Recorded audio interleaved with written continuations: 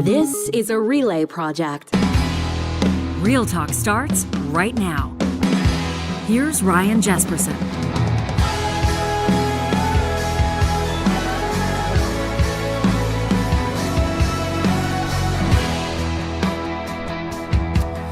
I want to welcome you to this episode of Real Talk. The driver that caused that horrific Humboldt Broncos bus crash back in 2018 ordered deported. You've probably heard if you've been paying attention to the news headlines. Last time Charles Adler and I spoke on this, we didn't necessarily see eye to eye, nor did members of our audience for that matter. Heck, the bereaved parents of those players who perished or were seriously injured in that crash don't all see eye to eye on this, and it's a story that Canadians are talking about, so we'll get into it today.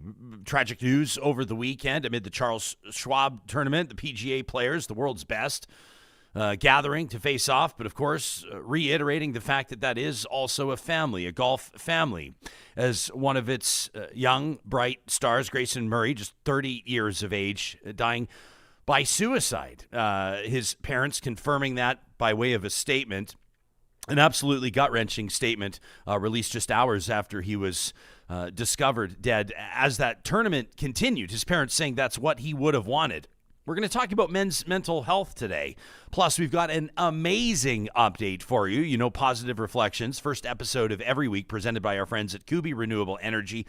We talked to you about our Real Talk Julie Rohr scholarship. We talked to you about the Real Talk Golf Classic that funds it. Well, we have an update from the first ever, the inaugural recipient. Johnny, you haven't even heard this yet. I'm looking forward to reading this to you.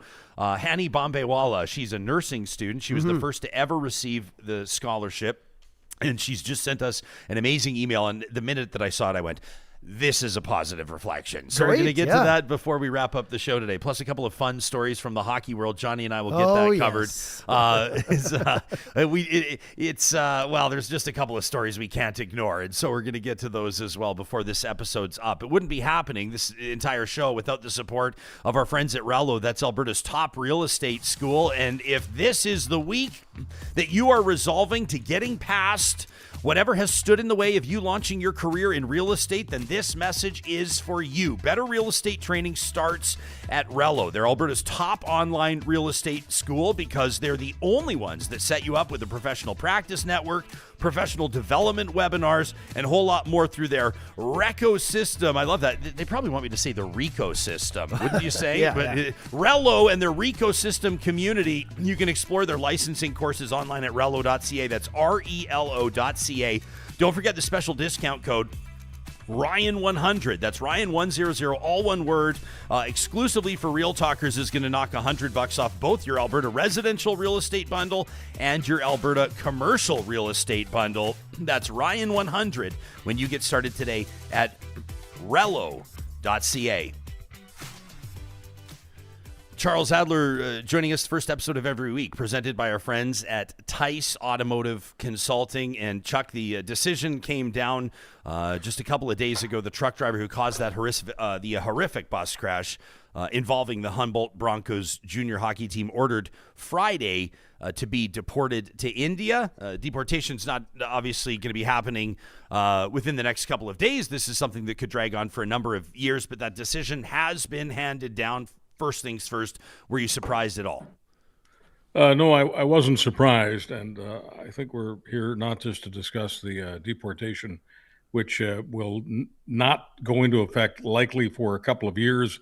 The former driver of that truck in that crash, he is not in custody right now. He has no status, so he's that's not a good way to live. It makes it very difficult to do a number of things, including, I think, travel to the United States or anywhere else. He has no status right now. He's not, considered a landed immigrant. He's not a Canadian. He has no status. It's no man's land. But he's not in prison. He's not in custody. He can still appeal this latest deportation order, and it all means that he will likely be here for another couple of years, and then who knows where it goes from there. Yeah, his lawyer basically calling it a foregone conclusion, but not ruling out some of the options that you just noted. And basically, a spokesperson, Trent Cook, from the immigration division of this board that made this decision, the Immigration and Refugee Board hearing, basically said, quote, "I can't consider humanitarian and compassionate factors." He says, "My sole role is to make a finding on whether the minister has established the facts that support the allegation that you, Mr. Singh Sidhu, are inadmissible for serious criminality, and I'm satisfied that the minister's report is well-founded." This as the decision was handed down. So like you said, basically, if you are not a Canadian citizen and if you've committed a serious crime, you're gone. That's the rule of the law, but the application can be made on humanitarian grounds to restore his permanent resident status. We've conducted unofficial, unscientific Twitter polling on this, and it's no surprise to see Canadians split on it. I know that this is a complicated situation. It's obviously a situation that for many Canadians, for millions of Canadians, they feel a personal connection to this story. When we visit family near Humboldt, Saskatchewan, Chuck, there are people that still have hockey sticks outside their front doors. They're there 365 days a year, not just on the anniversary of the crash. It's one of the most difficult stories we've ever talked about. And interestingly enough, and I don't want to know if you're going to run the clip of where you asked me how I felt about the deportation, because I was for the deportation, and I think you run a clip on social media, and I think you run it on this show. I don't know whether you want to run it again. I didn't pull it. I mean, I can reference it because I just wanted you and I to talk present day. But yeah, basically, your position on this about 6 months ago was, yeah, I think you said you come here, you kill our people, get the hell out, or something like that, right? Yeah, I said that. Some people didn't like the fact that I said our people, and all I meant by our people is you're not a Canadian citizen. You've been convicted of killing Canadian citizens. You're gone. And that's a very traditional Canadian position. I took the position that, my elders have taken, and the one that has been passed down to me. And I just look at that as a traditional value. However, there's something else we need to value. And that's often revisiting our positions, rethinking our positions, and having the courage to speak publicly about that process.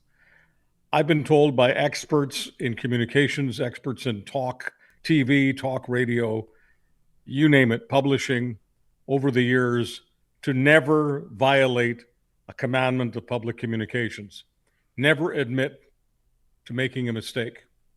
Shakes up your base, shakes up your people, makes you think that perhaps you have, and I know that some people will think that this is a bridge too far, but I'm saying this for a specific reason, and it's because of what happened to a young man who took his life just a couple of days ago, who we will be discussing because he's not just any young man. He's a person who had an abundance of talent.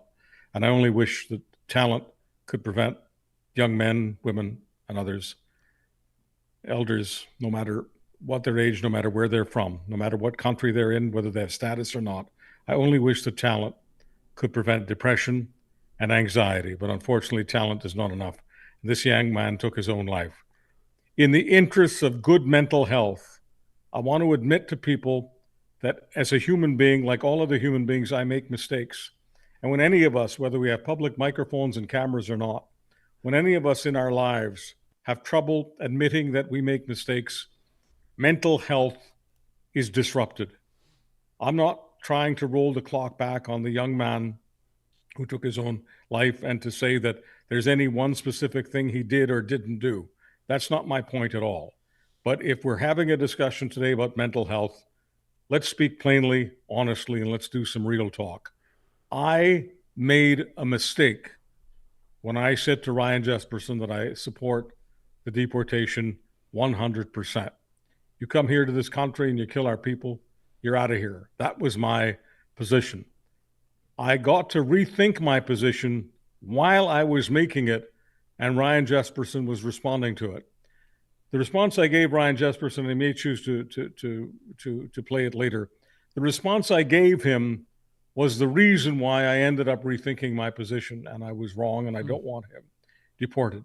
I told Ryan that the reason he was taking a different position than me was because he was a better person than me, and he had better values.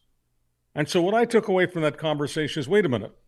If I think Ryan has something to teach me, because he has better values. And if I think his position is better than mine, why don't I have the balls to take Ryan Jesperson's position? And I wish I had the balls to do it right then, but I'll do it right now.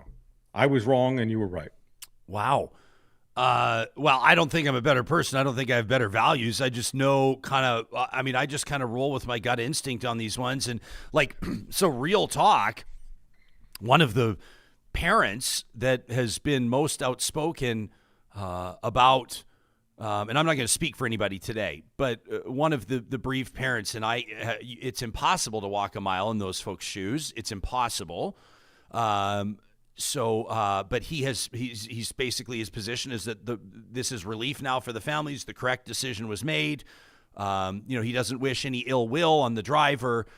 He just believes that rightfully so, he's lost the right to remain in Canada, and that's his position. This person is a personal friend of mine. And so I find myself, if you want to get real, I find myself like, we do shows, Charles, under the assumption that, or hoping that 150,000 people will hear them. Sometimes I find myself inclined to steer clear of subject matter in case one person hears it. You know what I mean? Because that's when it gets personal. So for me, it is personal, and I disagree with my friend on this matter. But guess what? My friend lost a son in the crash. Yeah. He's got more skin in the game. He's got more skin in the game than you ever will. So you think I'm going to talk to him about this? You think that he needs to hear my point of view? No, I don't. But I do think it's important for Canadians to have this conversation and bigger picture, not just about this tragedy or this situation. We need to talk about I do think it's important to obviously have robust policy in place that involves and includes deportation for serious criminals, 100%. I'm also grateful that there is an appeal process based on humanitarian grounds where special or unique circumstances can be considered, and I think that this is one of those, and I want to be very clear that my position on this from like a big picture perspective does not diminish or is not intended to diminish in any way or to disrespect in any way the loss that these families felt and continue to feel. One of the reasons I said you had better values on that particular day, on that particular position of no deportation for this man, was because you had compassion for him. And I said that I had none, and I had none. I said all my compassion is reserved for the families. And I was wrong about that. Everyone deserves some compassion within limits. If this fellow had been a serial killer, I absolutely would not have changed my position, and I have a feeling, and I don't want to speak for you, but I have a feeling if he was a serial killer, that you too would have been gone, agreeing with the idea of deportation. Gone, you're out of here. You don't belong in this country. Wish you'd never come here. You're gone. But he's not a serial killer, and he does deserve some compassion. I was not willing to give many. You were, and that's why I defer to you. I did put it out on Twitter, as you mentioned, over the weekend. I noted that you and I disagreed on this 6 months ago. I said the decision's now been handed down. I said, I wonder if either of us, Chuck or I, will see it any differently when we talk on Real Talk on Monday. Cassandra responded. She says, personally, I feel that the only opinions that matter are those of the 16 families who lost family members. And I'm sure that she would also include, 13 others horrifically injured in that crash.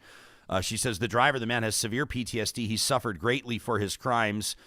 Cassandra says, I know that there's mixed emotion with the families, but most of them seem to feel, as I've heard publicly, that deporting makes no sense, that he's suffered enough. They forgive him. She thinks his lawyer will win on humanitarian rights to avoid deportation. The families are split on this, and I don't know that that's even productive or the right word to use. I don't know if they're split. Everybody's going to feel differently on this. AB, Alberta educator, says if this guy was a European immigrant, there'd have been a viral online campaign to let him stay and a GoFundMe to boot, probably. Craig says, I failed to see what deportation accomplishes beyond revenge, which is not what any justice system should be based on.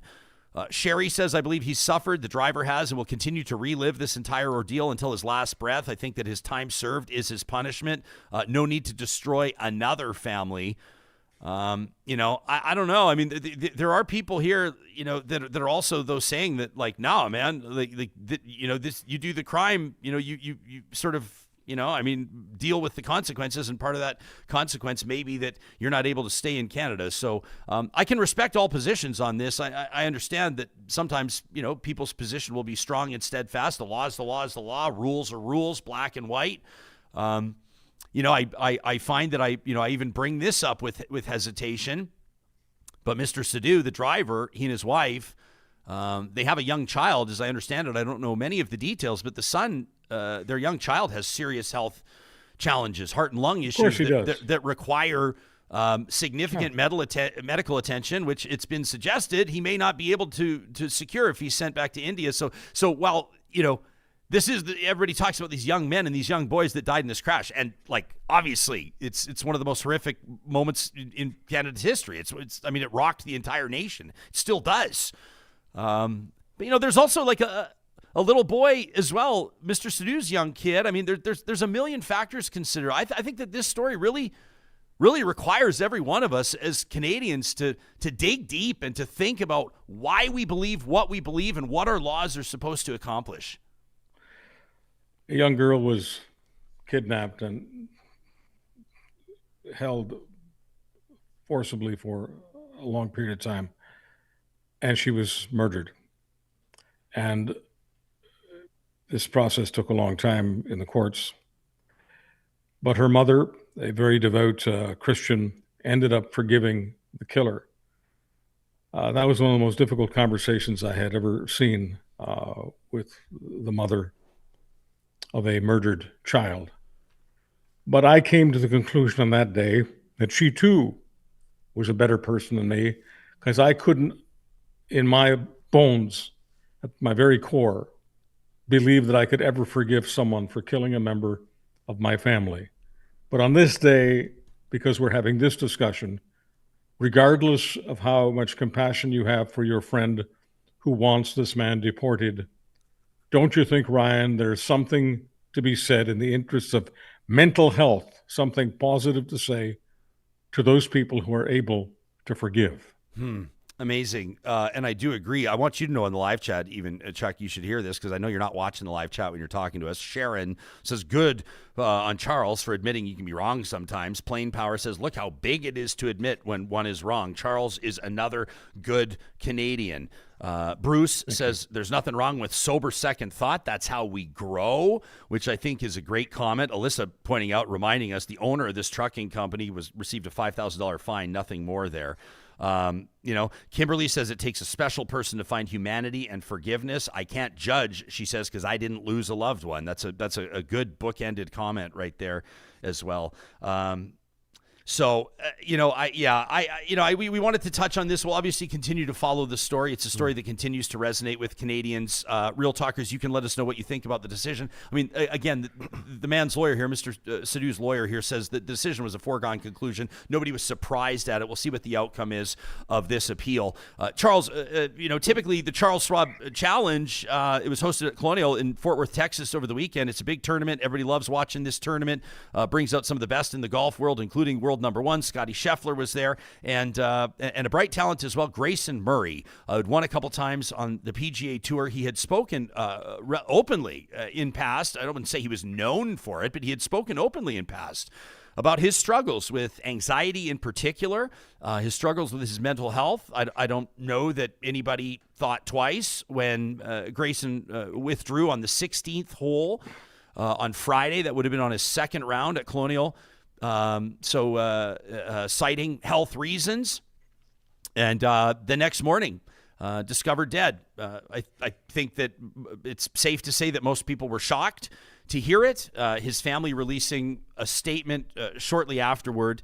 I'll read part of it. Quote, we've spent the last 24 hours trying to come to terms with the fact that our son is gone. It's surreal that we not only have to admit it to ourselves, but we also have to acknowledge it to the world. It's a nightmare. They say we have so many questions that have no answers. But one, was Grayson loved? The answer is yes. They talk about all of his family and friends who loved him. They say we'd like to thank the PGA Tour, the world of golf, for the outpouring of support. And then here was the line. I think that many people were maybe surprised and certainly heartbroken to read. Life wasn't always easy for Grayson, and although he took his own life, we know that he rests peacefully now. It's prompted, obviously, much reflection, outpourings of sympathy, of grief, support for his family, for the golf family. The tournament did continue. His family said that's what he would have wanted. That was the family's wishes, that the tournament continue. But you and I briefly corresponded about this over the weekend, and it's a real gut punch. But to me, it just reiterates the importance of talking about mental health, of using this platform to talk about mental health, and in particular for two men to talk about mental health in front of an audience that we know is about half men. Yeah. I wish every young person, especially every person suffering with anxiety, depression, drug addiction, alcoholism, I wish every one of them had the benefit of parents like Eric and Terry Murray. You can tell that while Grayson, like all others, needs support, there's no doubt in anyone's mind that they had the support, he had the support of his loving parents. And I can't imagine any post more difficult to post than the one they did over the weekend, admitting publicly that their son had taken his own life. I'm positive, even though I can't be inside their skins, I'm positive that one of the reasons they did that is they thought it would be helpful for the many thousands who, at this very moment, whether they're young men or older men, young women or older women, teenagers, are suffering with anxiety and do have suicidal thoughts. Ryan, the industry that you and I were brought up in, the broadcast industry, was extremely patriarchal. It was owned by men. It was run by men. It was driven by men. And many of the formats that we chose to do, especially News Talk, were formats that were targeted for mostly men. Most of our audience were men. In some of our cases, we had 70% men. Sometimes it was a little higher than that, but it was the majority of people calling in, majority of people listening, the majority of our followers were men. The most difficult thing for me to hear, and also the most rewarding for me to hear over the years, was from men who generally would just email me about this. Some would talk to me about it. Most would just email me. Men who drove trucks and spent a lot of time alone, with a lot of anxiety and a lot of depression. And I got several messages from them saying that they had suicidal thoughts from time to time. They appreciated the fact that I talked about this, and from their perspective, I talked them down. In some cases, they would pull off to the side of the road, and sometimes more than one driver pulling off to the side of the road and weeping, thinking about some of the things that were said on the radio to them. As far as I was concerned, those guys were riding shotgun with me every bit of the way. And they motivated me to do talk radio more than anyone, because what always motivated me to do radio the most was knowing that it was a one-on-one medium, unlike theater, unlike the movies, unlike TV, unlike the papers, unlike anything else. It's just you and me talking. And if there's something that I can say to inspire you, and certainly if there's something I can say that stops you from ending it all, thank you. That's what makes my life purposeful. That's what gives my life meaning. And I'll say it now, that's what tames the anxiety that I have 24/7. Wow. Appreciate and respect that vulnerability, Charles. I do want to remind everybody that there are resources available, a national suicide crisis helpline you can call or text 988 if you're thinking about suicide, or if you know somebody that is and you require immediate support services. 988 you can call or text. That's the National Suicide Crisis Helpline. You can learn more at the Canadian Mental Health Association's website. That's cmha.ca. I appreciate a lot of these comments here online. People are sharing very personal perspectives on this, and just sort of how they feel about talking about mental health. And, I just so appreciate that. Brenna sharing, she says, if you want to support folks, check out the Buddy Up program and Skills for Safer Living. She says these are all offered through the Center for Suicide Prevention. out of Calgary. It's just always been one of those things, Johnny. You and I have talked about this a lot. This is kind of like, let me pull back the curtain a tiny little bit and share with people. I doubt you'll mind, but you and I have been trying to push each other to be a little bit better, like off camera. Yeah. And it's okay to talk about. It started with little things. Charles, don't roll your eyes at us, but it started with little things like Johnny and I started limiting the amounts of instant noodles that we would eat in a week because we knew that it was killing our sodium levels. That's where we started, right? Yeah. And then we started encouraging each other to break a sweat a couple times a week. And you and I encouraged each other. We both booked in and got dental appointments. Yeah, doctor We've been appointments encouraging each other to book our annual physicals because we figured that you and I hang out with each other every day. Chuck, we get to hang out with you once a week, and we want to encourage each other. And you and I have had some pretty meaningful conversations about how just the whole attitude, and I won't just say exclusively men, but particularly men, the attitudes have changed around like vulnerability and being real and crying and admitting embarrassment and shame and anxiety and insecurity and all these things. Yeah, I'll say it. I just got back into therapy again, pushed by my wife, and women seem to be up on this more than men. They know that they need to talk to someone at least once a month. And my wife had been doing it. She's like, you need to get back into therapy. I've been to 4 sessions now. I go every other Tuesday. When I get home, it's online. And from the very first session, the tools that my counselor has given me, because we all have these days, even someone from the outside who sees me and says, you know, good guy, good job, beautiful always wife. Happy. Yeah, great. We all have those days where we get those fleeting moments where, finances, stress, marriage, work, whatever, all comes to a point and a head on you. And you have those fleeting thoughts that are like, I admit that I've never gotten to the point where Grayson was, but I've had those fleeting thoughts too that are like, hey, this is really hard. It'd be easier if I wasn't here. And they aren't, pertinent. They aren't all the time on me, but they do fleetingly come in and out of my brain. And the counselor has given me these tools that are just know where those thoughts come from, how to relate to other people who have them, and how to work through them, how to get by them. And it's a funny thing because we talk about this all the time. Most guys are, suck it up. Life is hard. Get to work. Yeah. Man support your family. Grow do what you're supposed to do. 50 years ago, nobody talked about this. But things are a lot different these days. And it's not some whiner generation now. It's just, 50 years ago, you didn't have to be a personality on your phone and on your Twitter and on your TikTok every day. You didn't have immediate responses to everything you liked or put out into the world where people were like, you'll put a post up on social media and 3 out of the 10 comments will be, you're a fucking idiot or something like that.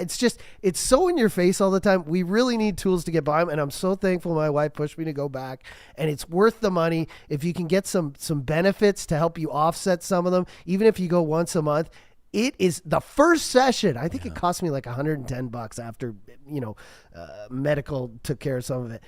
I would have given the guy $500. I would have given him $1,000 for the first 45 minutes where he just said, hey, here's why you're having those thoughts.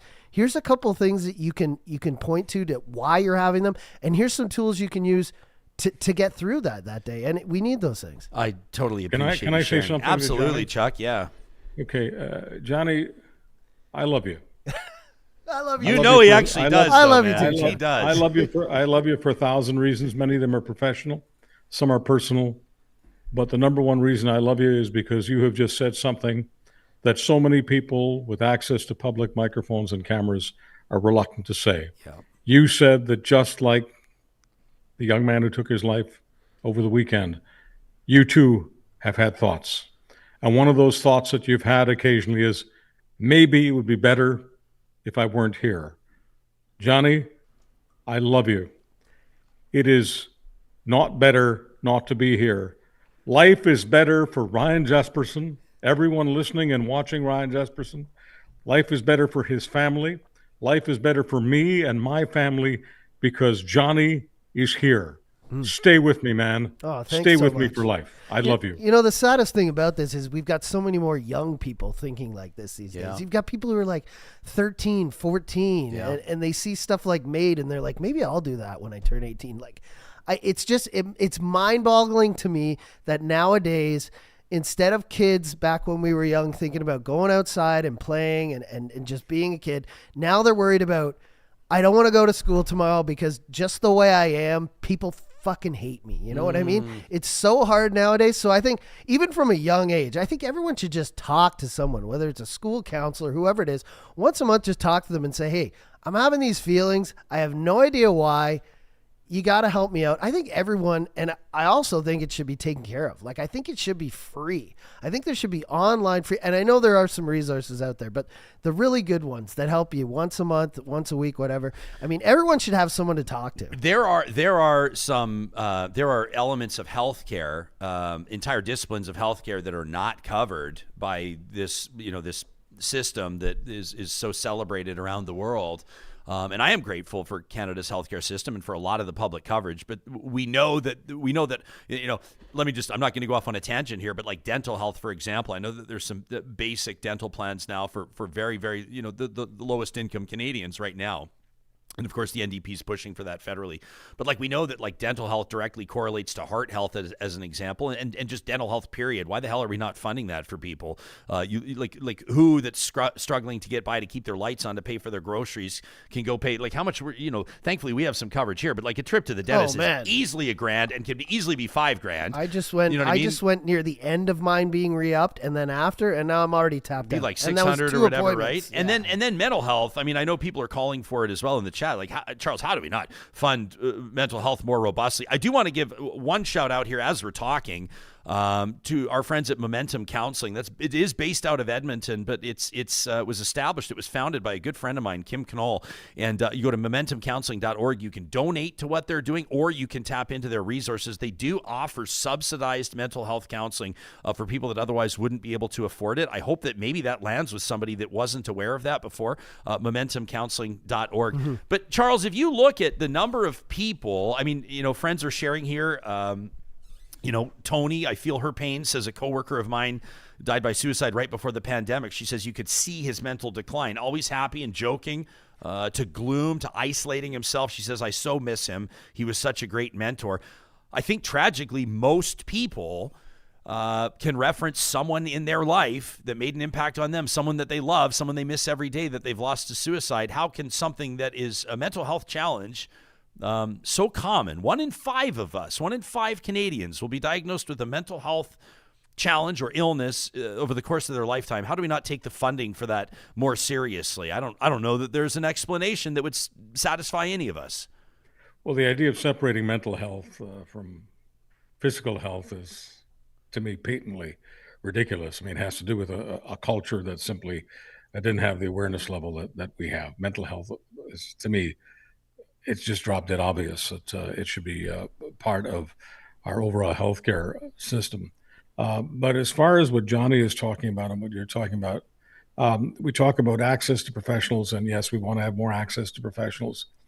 But most of us do have access to some amateurs who are really good at loving us. And I would suggest anyone, especially anyone who's living on their phone and constantly getting feedback, like Johnny was referencing on social media, where people who don't know you call you all kinds of names, and you tell everyone that it's just water off a duck's back. It just bounces off you and all that. It doesn't.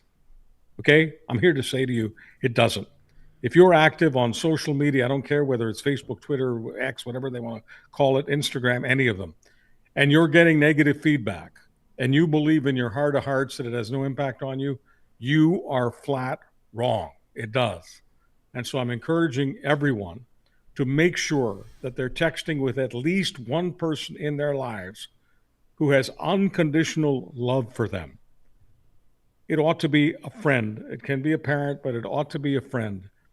Text with that person, and the moment you're getting negative feedback from anybody, whether it's in your virtual group or your real group of friends, it doesn't matter. When you're getting negative feedback, text with that person, because I'm telling you, it doesn't bounce.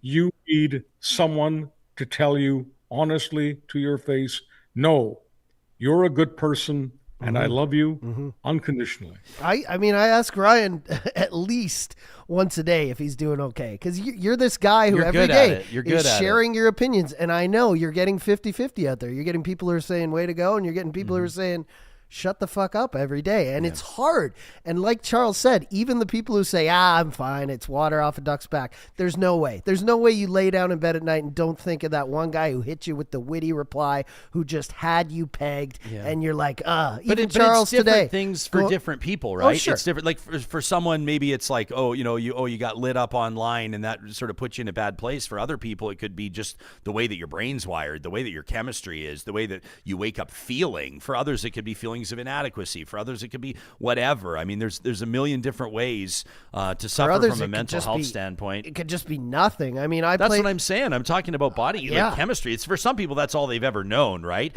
I appreciate what Mark says here out of Utah. He's and thanks to Mark for tuning in. He says, I've lost friends and relatives to suicide. It's not always apparent what they're going through. Yeah. Right? He says that's why it's so important to always be kind. I love that from Mark. I played a guy's wedding, big Oilers fan, about 5 years ago. He's got a young kid, 1 year old. He gets married. He's like the happiest dude I've ever met. 2 years later, he takes his own life. Yeah. I was like, it boggles my mind. He just got married. He had an incredible celebration. He's got a young kid.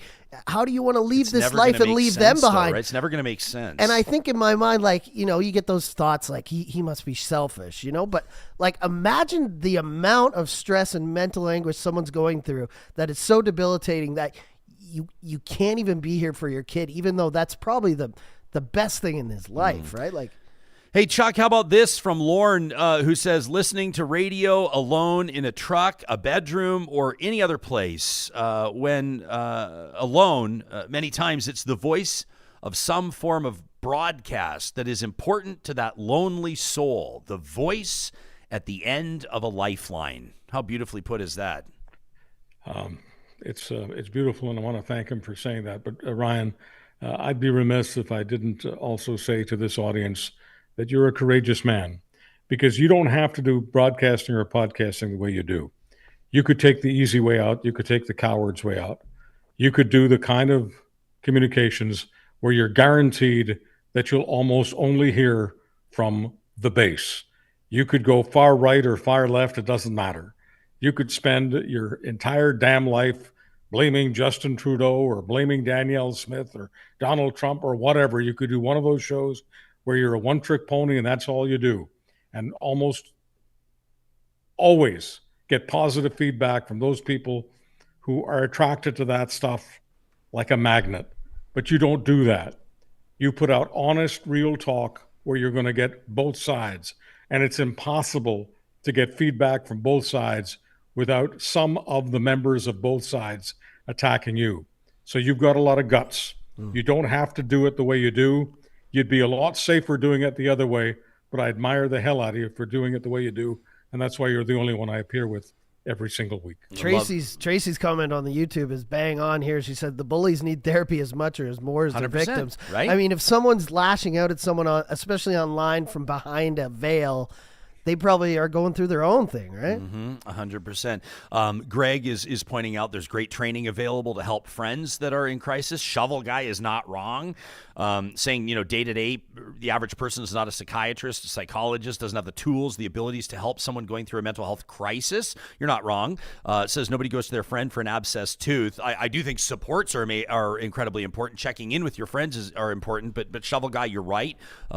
Professional resources, especially at crisis times, are incredibly important. And I want to note, Shovel Guy, I did see your earlier comment where you kind of called me out a little bit, where I said, Chuck, mental health should be funded more robustly. Shovel Guy goes, more robustly? It should be funded, period. Like, there's really nothing out there. And I'll take your point. For a lot of people, I mean, you even look at like the average benefits plan. I mean, depending on where you work, depending if you even have benefits, a lot of times, the counseling allowance for the year is $250 or $500. That gives you 2 or 3 sessions, which is better than none. And I understand but you're just getting the work going. These professionals, and like I said, the one that I had where I paid him like $100, I would have given him $1,000 for the 45 minutes of knowledge and tools and tips he gave me in the very first session. I understand that those people need to be paid and they should be paid well because they're incredible people. But you're right. Like when you get $500, I mean, to a lot of people, that's 2, 3, maybe 4 sessions a year. That's not enough. Yeah. Noob Try Again says, you find me one person that says they don't struggle with mental health or hasn't struggled, and I'll show you a liar. We all need help from our loved ones, from mental health practitioners. Nobody does it alone. That is just absolutely beautifully said. Kimberly says, talking about your struggles can feel like a failure, risk of judgment. You could be feeling that. So talking to family, friends isn't always easy. 100%. Well, I appreciate this. Listen, we just wanted to get the ball rolling. This obviously prompted by the tragic passing of Grayson Murray. May he rest in peace. Our thoughts to his family, obviously to the golf family across the board. I saw a really incredible conversation on Saturday, in particular on Sunday morning at the Charles Schwab Challenge. For obvious reasons, have never seen it before, Chuck, and Johnny, you too. I know, like watching a golf broadcast, you look at and I'm not using the word in a political context, but the most conservative of all broadcasts in sport is the golf broadcast, right? It's the one where you would least expect to hear meaningful, gutsy, vulnerable, unscripted conversation about mental health, but it was happening on Sunday morning amid golf commentary. So it was I was watching just as a storyteller myself, just watching, just fascinated, but also participating as a viewer in that conversation. It's horrific, obviously, that it took the passing of somebody to prompt that, but it was a really remarkable day. And Jim Nance, who I think most people who watch golf would agree, and football for that matter, that he is the master. He is the voice of the Masters, but he was also the voice of this particular tournament. And he was the one breaking the news to people watching. And you could tell that he was highly emotional. I don't have any right to be inside Jim Nance's brain, and I don't pretend to know him well. That isn't the point at all. But I know that many of us who have the job of imparting bad news, one reason we sometimes get emotional, because yes, no matter what people say about how things aren't personal, it's just business, man. It's not personal. Everything ends up being personal because we're emotional, spiritual human beings. And so when Jim Nance or anyone gives you the news and he's clearly having a tough time struggling with telling you that this 30-year-old man has taken his life because of depression, one of the reasons it's so difficult to do is because you do take it personally, because you're often saying to yourself, and I think Ryan and Johnny and most people watching and listening to this will agree, you're thinking, there but for the good grace of God go I. That could be me. That could be a friend of mine. That could be my brother or my sister or my mom. I have someone in my life who did this, and it's impossible not to take the news personally. Chuck, more in a moment. I want to thank you, and I want to thank you, Johnny, and recognize you as well. I want to thank our live chat right now for your openness, for your vulnerability, for your honesty. And again, to Real Talkers, our inbox is open to talk at ryanjesperson.com. And a reminder of the supports available. The National Suicide Crisis Helpline, you can call or text 988, 24 hours a day, 7 days a week. Charles, stick around. Charles Adler, his appearances on Real Talk every week made possible by our friends at Tice Automotive Consulting. Buying a vehicle should be fun, and Tice can make that happen. I absolutely love their business model. This is a startup that is created for people that either, they just don't love walking into car dealerships. Whatever it is, you don't love the pressure tactics, you feel like you're going to get ripped off, or maybe you just don't have time. Life's already a whirlwind of meetings and tasks and notifications. You barely got time to deal with it all, let alone find a vehicle you want, shop the market, go through the buying process. Enter Tice Automotive Consulting. You give them a general idea of the type of vehicle you're looking for. You can get down into the nitty-gritty details, the year you want, the price range you're looking at, new, used, you name it. Tice will source it out. They'll put it through their own rigorous mechanical inspection. They'll even deliver the vehicle to you. White glove service, all for one set fee. I absolutely love how this works. We've got people already writing into the show, asking us more questions about Tice. You can find out more for yourself. If you're in the market for a car, new or used, trust Tice Automotive Consulting at ticeautomotive.com. How about those of you that were out this weekend getting your gardens in? Congratulations! What a step. Spring is officially here. Soon it will be summer, and our friends at Friesen Brothers want to remind you that their garden centers are fully stocked and ready to welcome you. Friesen Brothers garden centers are different than all the other guys because most of their plants and flowers are actually from right here in Alberta, which means they are perfectly suited for our unique climate. You can find out more by checking out Friesen.com/garden center. Friesen Brothers, 17 different locations across the province, proudly Alberta grown and Alberta owned. And speaking of proud Alberta businesses, if you're looking to get organized, if you're looking to declutter, look no further than CaliforniaClosets.ca. We heard from Beverly last week. I absolutely love those emails, those customer testimonials, so to speak, real talkers that realized you got nothing to lose by signing up for a free consultation with the design team at California Closets. Beverly said she was blown away by not just the 3D renderings that they took her through, but also the fact that their quote was the most affordable and it comes with a lifetime warranty. How about that? You can request your free consultation online today at CaliforniaClosets.ca.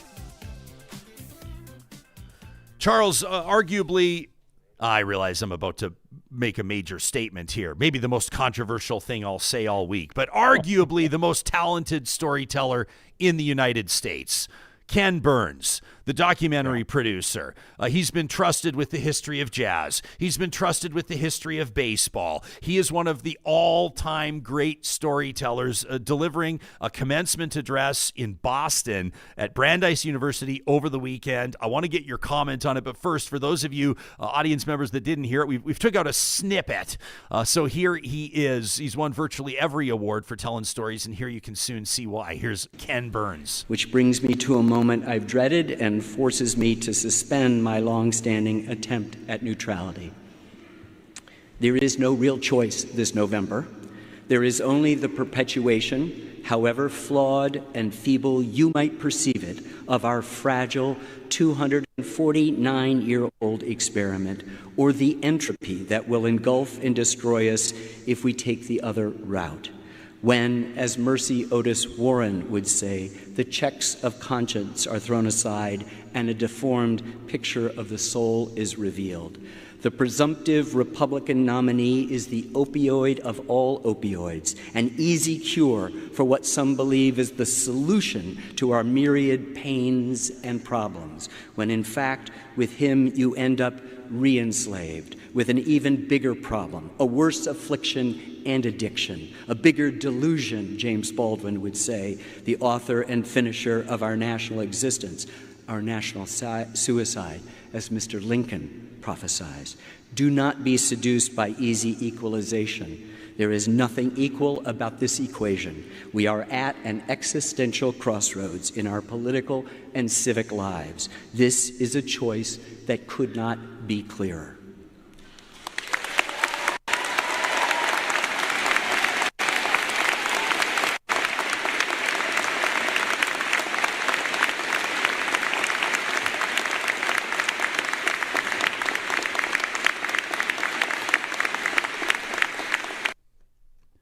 Existential crossroads. Obviously, his address met with favor in the city of Boston, but, I mean, he is laying it out. You know, I've said to teachers in both the United States and Canada, public school teachers, private school, religious school, that you have access to the best teacher's aide who has ever been created on God's green earth. His name is Ken Burns. Whether his documentary is about the Civil War, jazz, as Ryan mentioned earlier, baseball, natural parks, or so many other subjects, all of them are about human life. All of them are about the human condition. Doesn't matter whether you give a damn about jazz or baseball or the Civil War. If you care about humanity and you care about what drives people, if you care about what fires up their hearts and their souls and their values and their patriotism, watch and listen to Ken Burns again and again and again. And I'll tell you, he has been one of my greatest counselors, one of my greatest teachers, and probably one of my greatest assistants in the war for a healthy mind, which is what you need to have a healthy life. Can't say that enough. To have a healthy life, you need to have a healthy mind. If your mind is not healthy, do whatever it takes, get whatever help it takes to make yourself healthier every single day. Ken Burns has never, in my opinion, and I've watched a lot of them over the years, he has never offered a bold political statement. He mentioned in this speech at Brandeis in Boston that he was going to break his neutrality, and he felt it was necessary because it was existential. The existence of United States democracy, which he's been committed to in 1,000 different ways, the existence of American democracy is at stake with this election, and he believes there's only one choice. And of course, that choice isn't Trump, who he also called an opioid. Ken Burns is not a name caller. He's one of the most articulate people on the planet. Yeah. He doesn't have to be a name caller. He called Donald Trump an addictive drug. He called him an opioid.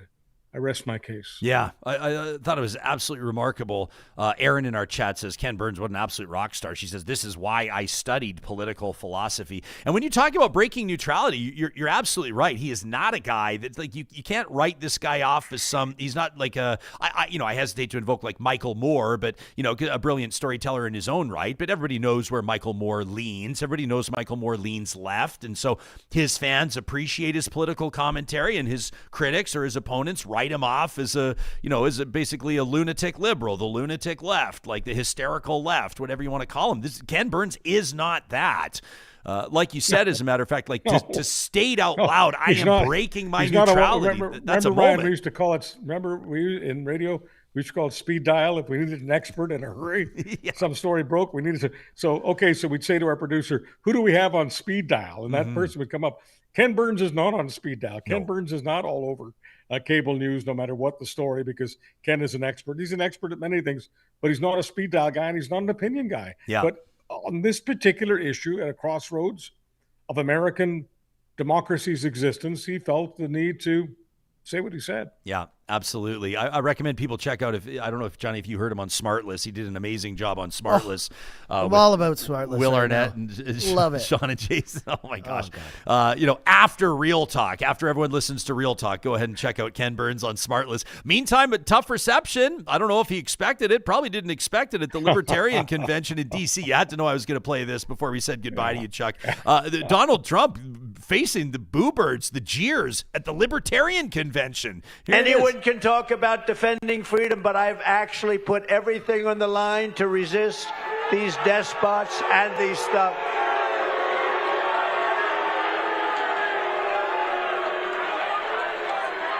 And I stand before you tonight as your best hope of defeating the weaponized Biden and the very evil regime that his people, because it's probably not him, because he doesn't know where the hell he is. Safe to say that maybe didn't expect that reception in D.C.? And this is the Memorial Day weekend, and we honor all those who fought for American democracy in many cases, in many particular wars, fought with us, fought with Canadians. So to Americans who are listening or watching, with respect on this Memorial Day weekend. Donald Trump is the only leader that I know of who's actually gone to Flanders Fields, who's gone to Normandy, who's gone to the U.S. War Cemetery and called people buried there, heroes, patriots, called them losers. Because from his point of view, they were not fighting for themselves. They were fighting for some cause. They were fighting for the country. They were fighting fascism. Rather than end it on the note of Donald Trump, and I obviously agree 100% with Ken Burns. Rather than end it on that note, on this particular subject, I'd rather say something about Angela Merkel. Angela Merkel was the Chancellor of Germany. She was born in the eastern part of Germany, which was run by the communists at the time. Angela Merkel went to a ceremony in Normandy a number of years ago. She was representing Germany. Can you imagine how difficult it must be for the Chancellor of Germany to visit a cemetery where everyone buried there was 100%? You can't be any more committed than committing your own life. 100% of the people buried there were 100% committed to defeating Germany. She was there. Angela Merkel is a leader. She was a political leader, and in my mind, she will always be a moral leader. I get that Donald Trump has been a political leader. I get that millions of people want to support him. But I'm here to tell you, and if you have any respect for even one granule of what I have to offer with Ryan Jesperson every Monday on this podcast, if you respect me at all, please respect this. Donald Trump has never been, is not now, and will never be a moral leader. America and the world deserves better. Charles Adler, exclusively on Real Talk. First episode of every week, made possible and presented by our friends at Tice Automotive Consulting. Much love, brother. We'll talk to you in a week. I love you, man.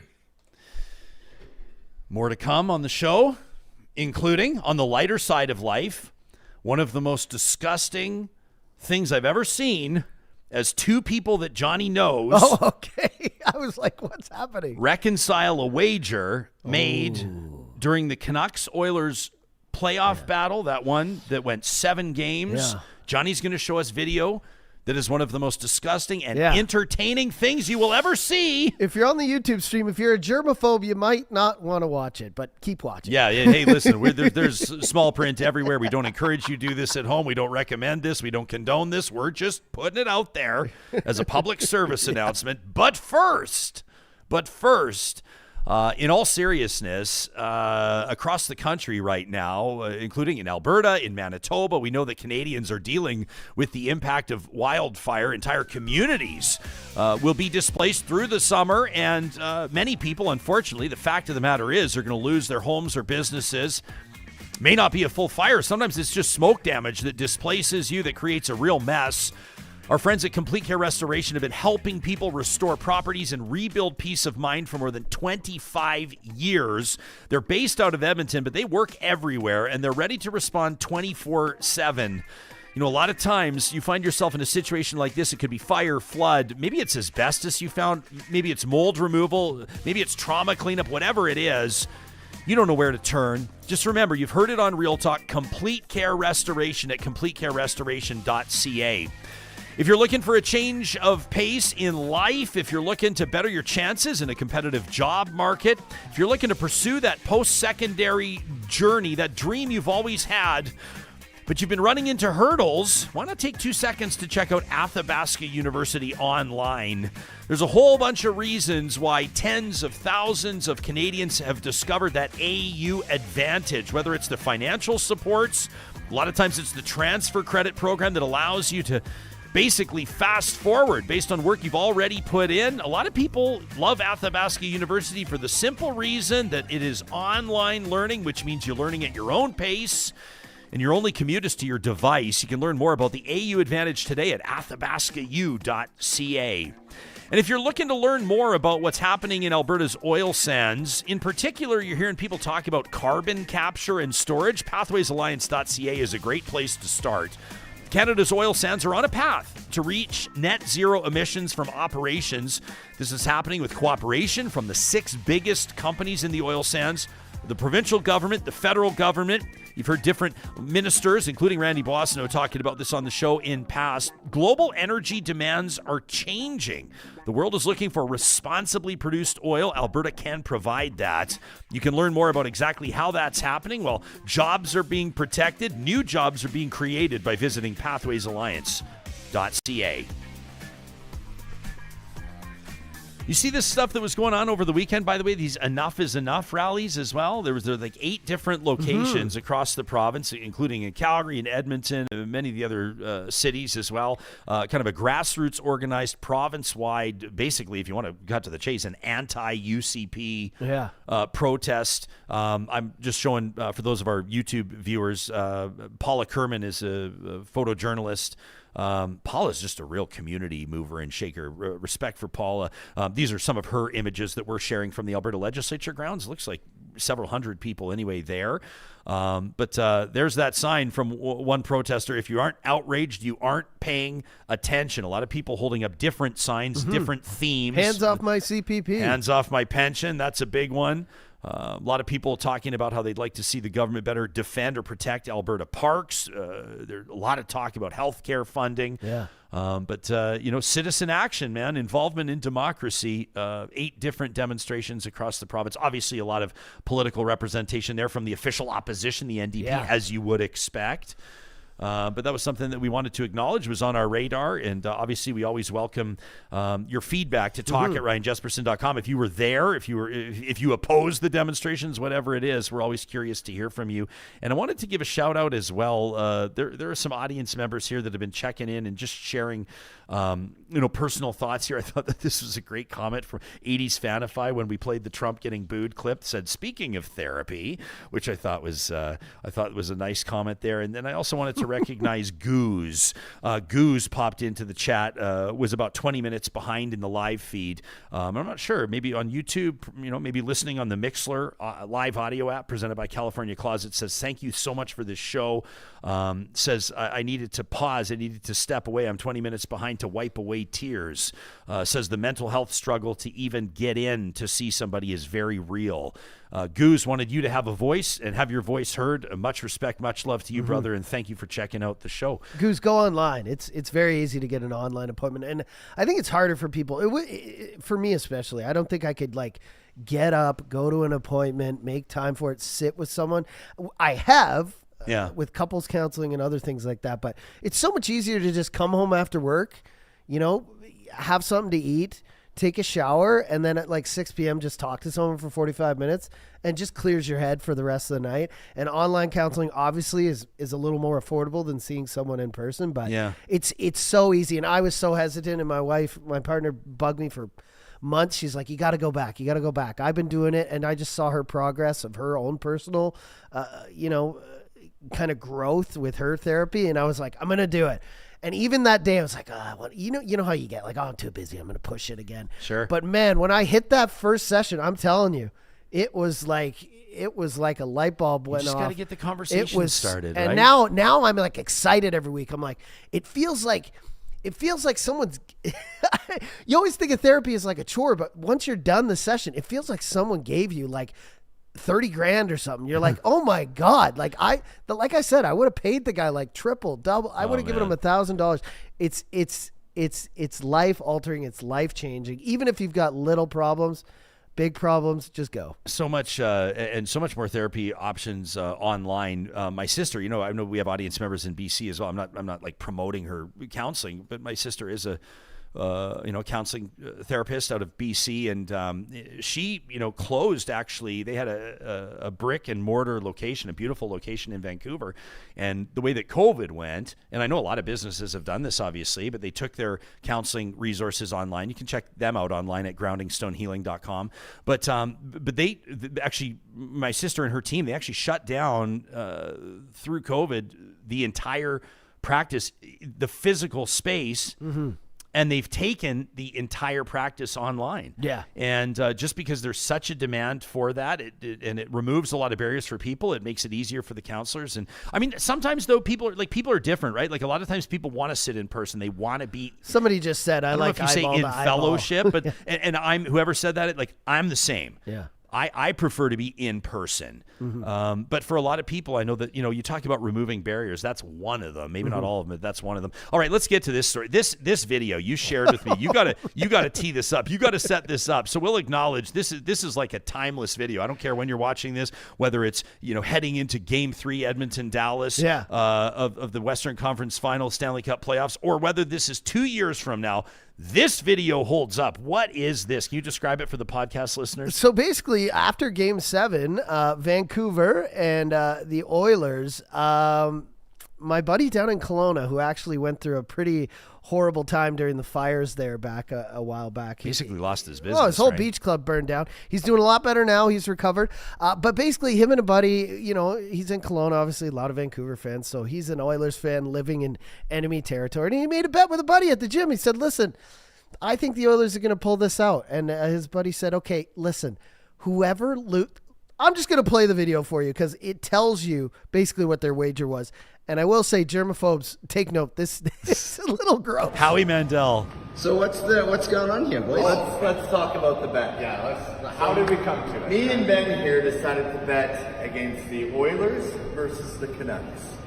And clearly, the Oilers won this series. The bet was originally that the loser has to put their tongue on the treadmill for one whole rep. Oh, jeez. So they're in front of a treadmill at the gym. At the public gym. And the bet is you got to put your tongue all the way down on the treadmill for an entire rotation. An entire rotation. Here it is. Oh, here it is. Nice close-up shot. Down in push-up position. Oh, my gosh. Oh, my gosh. So he's got his tongue right on the treadmill. Pretty nice of your buddy to keep the treadmill going at like 2 kilometers an hour. I mean, he could have. There he goes. There he goes. Oh my gosh. So, whoo. Howie Mandel would not be able to. If you, I was just gonna say, or Jerry Seinfeld. Yeah. Oh yeah, is he a germaphobe? He's a as well? huge germaphobe too. Yeah. Tony says that is cruel. Yeah. Hey, man. You know. I mean, in this day and age, don't with bet everything against out McDavid. there, I don't know if don't I'd bet even, against Leon. I don't know if I do that bet. That is just for me. That's too far. Hey, so the Oilers split in Dallas. This is if you're listening to the show the day that we're doing it. This is the puck drops tonight on Game 3 in Edmonton. The Oilers come back, 1 win, 1 loss, and as the Stars beat the Oilers in Game 2, controversy erupts in Edmonton. Yeah. As the Stars DJ, and a reminder, everybody, I know you know this. Johnny's on the roster. The DJ's with the Oilers for 7 years. Was the Oilers DJ officially while you were host? So you have firsthand experience in choosing songs, in playing songs at key moments. Yeah. Some of them subtle messages, others not so subtle. And the Dallas Stars DJ gets personal. Oh my gosh! So DJ Shippey, who actually took over from the previous DJ, who is now the Texas Rangers DJ, but just a good guy. He's been doing this thing, and people obviously didn't know where during the Dallas series. And even before playoffs, he'll play the opposing team's win song if they beat them in a close game or in a series. Cheeky. So, they beat the Blackhawks. He plays, and it's been funny. And it has been up to a point because most teams' win songs don't have any significance. They're just happy songs that people play, and they don't have any significance. But the thing he didn't know when he was playing this is that this Oilers win song has a lot of significance. It's decades in the making. From Joey Moss's favorite song that he used to love to sing in karaoke, and then again to, of course, the Stetler family, Ben Stelter, obviously made very popular the phrase that we see everywhere now on T-shirts, on signs, "Play La Bamba, baby," right? So he plays this song at the end of Game 2. And at first, Twitter's pretty quiet. I mean, I heard from someone who texted me directly, who was there, part of the Oilers, I won't mention their name, just said, "Hey, I can't believe this, but they're playing La Bamba right now after the Dallas win." I said, "Are you kidding me right now?" That's what I said out loud. So I go right to Twitter, and a few of our personalities, sports guys who were down there had tweeted about it. Nothing major, not any outrage, just saying, La Bamba is playing as Dallas beats the Oilers inside the arena in Dallas, blah, blah, blah. So I go to bed. I wake up the next morning on Sunday, and Twitter is just, obviously Oiler fans are irate. They're going crazy. And because I know that this guy, how does he know 19,000 miles away that this song has significance to us? I tweet out, as a pro sports DJ, I feel for Shippey, that's his name, DJ Shippey, Dallas Star DJ. We are always trying to find new ways to troll the opposing team. In this situation, he probably had no idea about the meaning behind La Bamba. Most teams' win songs, like I said, are just generic happy tunes. Honest mistake. And he quote tweets my tweet and says, "I'm sorry, Oilers fans. If I knew what I know now about the significance of La Bamba to your franchise and your fan base, I certainly would have not played it. I thought it was just a happy, fun win song. Thank you to all the Oilers fans who have been so understanding. Much love." And boom, he doubles down with a donation. I love it. To the Ben Stetler Foundation Ben right Stelter there. Fund, Stetler Foundation. Yeah. And amazing, right? But the one thing I will say is this is something that you have to be careful about these days. Before the bubble, there was a lot of trolling going on. Now I notice with DJs in all sports, it's kind of like situational stuff, comedy, like just mental health, everything out there. Like there's not a lot of like going directly at players with songs and stuff like that. It's more like you're trying to get the fans to laugh or get engaged or be happy, right? But I will say, like, you have to be careful, especially in the playoffs, when you do something like this. Shippey, I'm sure he'll think about this next time. When you do something like this, you're kind of, in effect, speaking for the organization. Well, and I wanted to talk to you about this in the chat. Alberta Girl says the Oilers don't own that song, and it's ridiculous that all these Oiler fans have their shorts in a knot. Tracy just says, very cool of that DJ to make a donation, and I agree. Egg says that was a good outcome. I 100% agree. But it speaks to a bigger thing as well, which is now with social media and like just the huge increase. You look at the following. I mean, sports teams, a lot of sports franchises have followings in the millions on Twitter and Instagram. And a lot of times you have, and I'm not saying this to take away from the people that run the social accounts, because the people that are brilliant at this are brilliant at this, but they're not exactly the general managers or the president of hockey operations, right? They are relatively speaking, junior level employees that are speaking to potentially millions of people on behalf of the organizations. And sometimes some of the stuff that I see tweeted or some of the stuff I see posted, now people will say I'm like stodgy, I'm old school, what have you, but I'm going like, is that, if I see a tweet and I go, is that really the position of the Vegas Golden Knights? Is that the position of the Dallas Stars organization, starting at ownership and all the way down? Now you'll roll your eyes and say, oh, like now we got to run our tweets past the president of hockey ops every probably. time. Well, but I'm sure they have a boss and then their boss above that, and it goes up the chain. And people will say, well, you're going to lose the spontaneity. You're going to lose the magic and the secret sauce. And to a certain degree, that's true. But I also do think it's nuts that, professionals in their like mid-20s are speaking with these major megaphones on behalf of multi-billion-dollar sports organizations, and right? it can be super detrimental to everything that has to do with the fan base. So I'm in a Facebook group called Pro Sports DJs. Basically, to get in, you got to be a pro sports DJ, and I'm in there. And so Shippy's in there. That's where I got this kind of screenshot that I put up saying, hey, guys, look, he'd apologized, and he feels horrible about it. But even in there, the pro sports guys, a lot of guys were like, hey, man, this is just kind of a lesson to you when you play a song and it's based on like trolling or getting at someone. And it's not just a generic, fun, happy, energetic song. You're basically speaking for the organization. I had another guy there comment on the same post, because we're all like giving him support saying, hey, no problem. And one guy's like, another thing, man, like you probably shouldn't play this till you've clinched the series. Like dude. This is something that I know the players, the executive level of this team could be like, man, what are you doing? Do you not know about karma and about people who are just freaked out about what you do in hockey? Like everyone is so paranoid during the playoffs, and there's so much superstition. And the other guy, the guy said after that, but would you even want to troll them after you've beat them? Because now it's like you take grace, you be humble, you've beaten them. So one guy in there was like, I would have avoided this altogether, right? Yeah. Whitrim in the chat says the LA Dodgers DJ, a great troll last week. I don't know if it's a troll, but it's hilarious. Says there was a car on fire in the parking lot at Dodger Stadium, and they started to play Billy Joel's "We Didn't Start the Fire." See, that's funny. That's great, super funny. But hey, then if someone's injured, you're fucked. Hey, if someone's in the car, if someone gets burned, if someone goes to the hospital. Of course. So it's like because you you're have making to be light careful. of it. Hey, can you remind me, who was it? You had a moment that went viral. Was it Ray Ferraro or someone? Can you remind us? I'm off the top. You know exactly what I'm talking about, right? We had a few where like, No, but what was the one where you played it and he like lost his mind? Do you remember? It was Gord Miller and Ray Ferraro. Yeah, that was during the World Juniors. It was just a funny, crappy song I would play during the power play. It's just a clown song, basically, clown car song. But he hated it. I remember we played it once, and I just thought it was a funny, like, kind of like the Muppets, but just like, hey, we hate this call. This is stupid. And he hated it so much, I just kept playing it. And then during the World Juniors bubble, he was like, and then we had him, of course. But he started talking about it on the broadcast. Oh, on the broadcast, yeah. And then we had him on the show, and he's whatever. We also had Dustin Nielsen, didn't like how I played Jack and Diane at a very, very close game with like 10 seconds left. Right. But like, that's the thing. You are now, these days, everyone is watching so closely.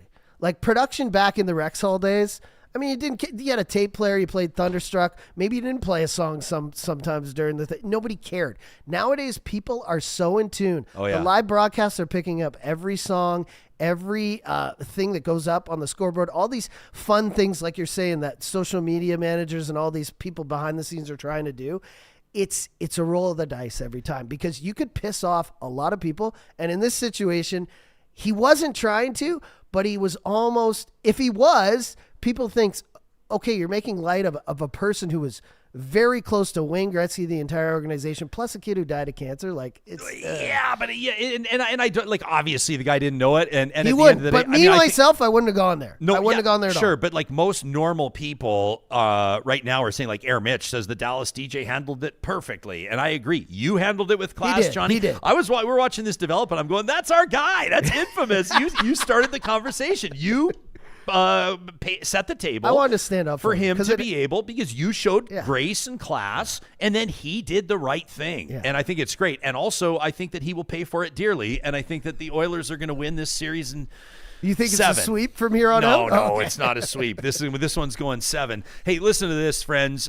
Real quick, we've talked to you about our Real Talk Golf Classic. You know about this coming up Thursday, June 20th at the Ranch. And all of this is in support of the Real Talk Julie Rohr Scholarship, right? This is the scholarship that's established in memory and honor of the founding member of the Real Talk editorial board, Julie Rohr. Go to the events link at ryanjesperson.com, click on Real Talk Golf Classic, presented by CWB Wealth. We've got room, I think, for 2 more foursomes.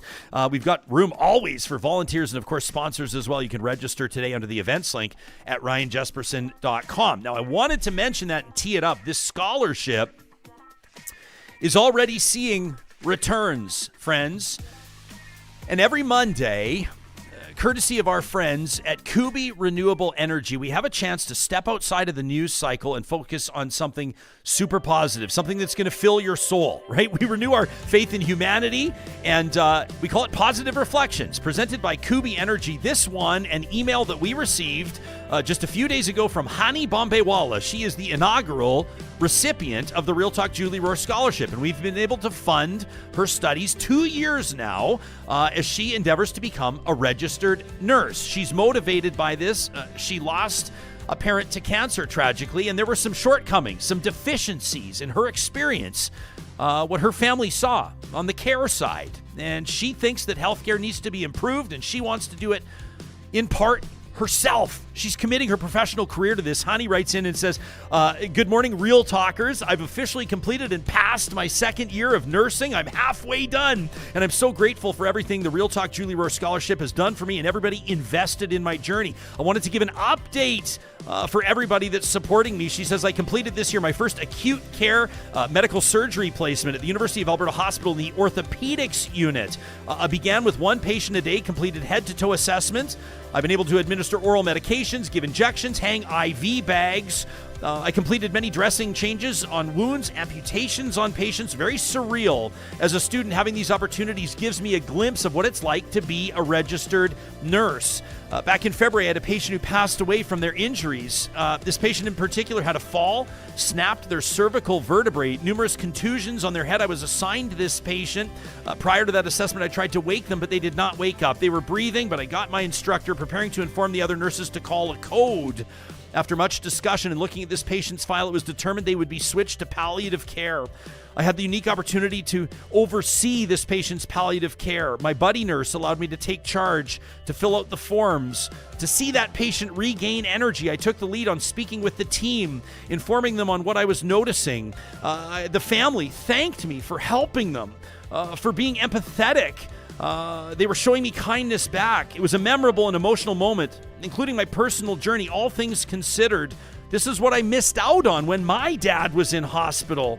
This burst of energy after having none is known as a surge, and oftentimes it actually indicates a patient will be passing in the next couple of days, and this patient unfortunately did the following day. I wanted to share this experience with the Real Talk community because it was the most memorable experience of my clinicals to this point.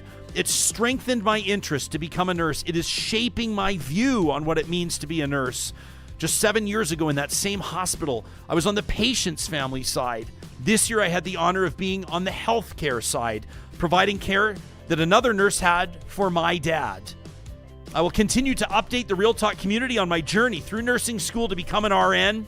She says, and I wanted to share this photo of my clinical group at the end of my placement. She says, Real Talkers, I hope this finds you all well. This from Hana Bombaywala, the inaugural recipient of the Real Talk Julie Rohr Scholarship. By supporting our golf classic and by contributing to this scholarship fund, You are making it possible for Canadian post-secondary students like Hani to make a difference in their fields of choice. There are currently 3 post-secondary students that are receiving funding from the Real Talk Julie Rohr Scholarship, and that number will increase this year thanks to your support. You can learn more about the scholarship by visiting the Connect link on our website. That's ryanjesperson.com. And a shout out to our dear friend, a friend of the show, a friend of many of you, Hana Bombaywala. We can't wait to see you, Hani, at the Golf Classic Thursday, June 20th at the Ranch. And we'll see you on the next edition of Real Talk.